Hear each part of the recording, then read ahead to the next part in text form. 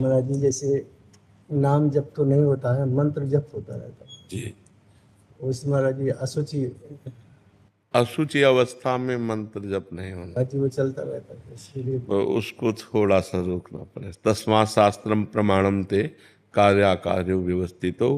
यदि प्रणव लगा हुआ है और नमो नमः, तो फिर रोकना चाहिए।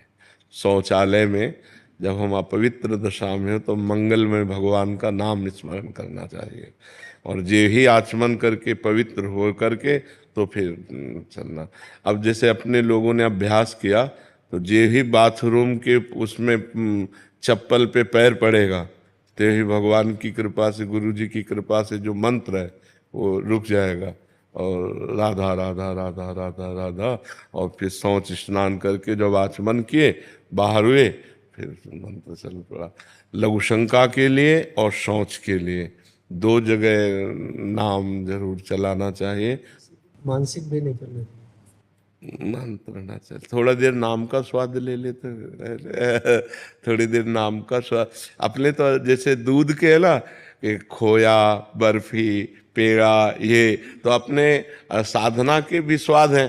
थोड़ी देर वाणी जी का पाठ कर लिया, रामचरितमानस है, भागवत है, ग्रंथों का पाठ कर लिया, थोड़ी देर नाम कीर्तन का, थोड़ी देर नाम जप का, अधिक समय मंत्र जप का, यही हमारी पूरी दिनचर्या है। और उसमें शास्त्र प्रमाणित दिनचर्या होने से हम ज़्यादा लाभ को प्राप्त होंगे। इसमें हमको एक बार चित्रकूट में एक संत भगवान मंदाकिनी में एक पत्थर के टुकड़े पर लेटे थे, आसपास मंदाकिनी का जल बह रहा था, तो उनको 2-3 दिन हमने देखा।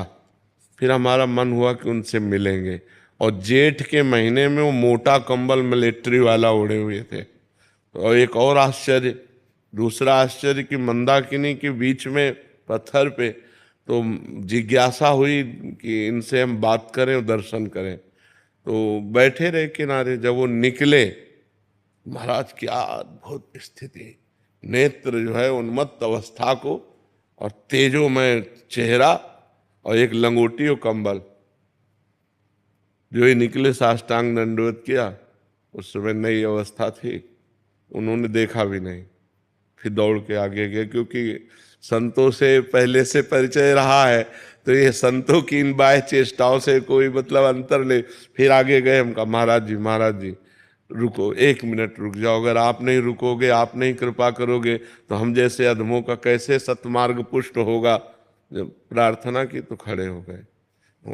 मतलब इतना आनंद प्राप्त हो रहा था, क्योंकि हमारी श्रद्धा बढ़ गई थी ना, तो अब श्रद्धा से ही आनंद होता है, तो एकदम शरीर कंपायमान। हम कहा महाराज जी बैठ जाइए, वो बैठ गए। वो महाराज जी, पहला प्रश्न है कि आप बीच शिखर पे लेटते हैं ऐसे, वहां क्यों लेटते हैं? तो उनका एकांत प्रियता। आप कंबल क्यों ओढ़े हैं, जेठ का महीना है, उनका अभ्यास। उनका महाराज जी कुछ अपने मन से आप बता दीजिए। तब उन्होंने ये विषय बताया था कि जो गुरु मंत्र है वो अपवित्र दशा में न जपा जाए, नहीं तो वो कामोत्तेजना पैदा कर देगा। उनके वचन थे कि उन्होंने कहा कामोत्तेजना पैदा कर देगा यदि अपवित्र दशा में जपा जाए, तो वो विकारात्मक भाव पैदा कर देगा। तो यद्यपि हमने ये कहीं पढ़ा नहीं, लेकिन संत वचन और पढ़ा ये मनुस्मृति आदि में है कि अपवित्र दशा में जो उसमें प्रणव हो, नमो नमः हो, ऐसे मंत्रों का उच्चारण ना किया जाए। तो शौचालय और बाथरूम में 2 जगह नाम का स्वाद लिया जाए। अब जैसे अभ्यास है तो वो जोर करता है, जो हमारा निरंतर का अभ्यास है वो जोर करता है, पर जहाँ स्मृति आ जाए वहीं नाम चालू कर दो। और जो स्मृति से परे चला गया कि अच्छा ये केवल स्मृति तक है, नहीं, जो अवधूत स्थिति को प्राप्त महापुरुष होते हैं, पड़े पड़े सोच कर रहे हैं, पड़े पड़े लघु शंका कर रहे हैं, वो तो मंत्राकार वृत्ति ही रहती है। पर जब तक हमें स्मृति, तभी तक हमारे ऊपर शास्त्र शासन है, जो निगमा अनुशासन है उसके अनुसार हमें जब तक होश हमें है तब तो शौचालय बाथरूम में हमें नाम जप करना चाहिए और अन्य समय मंत्र जप करना चाहिए।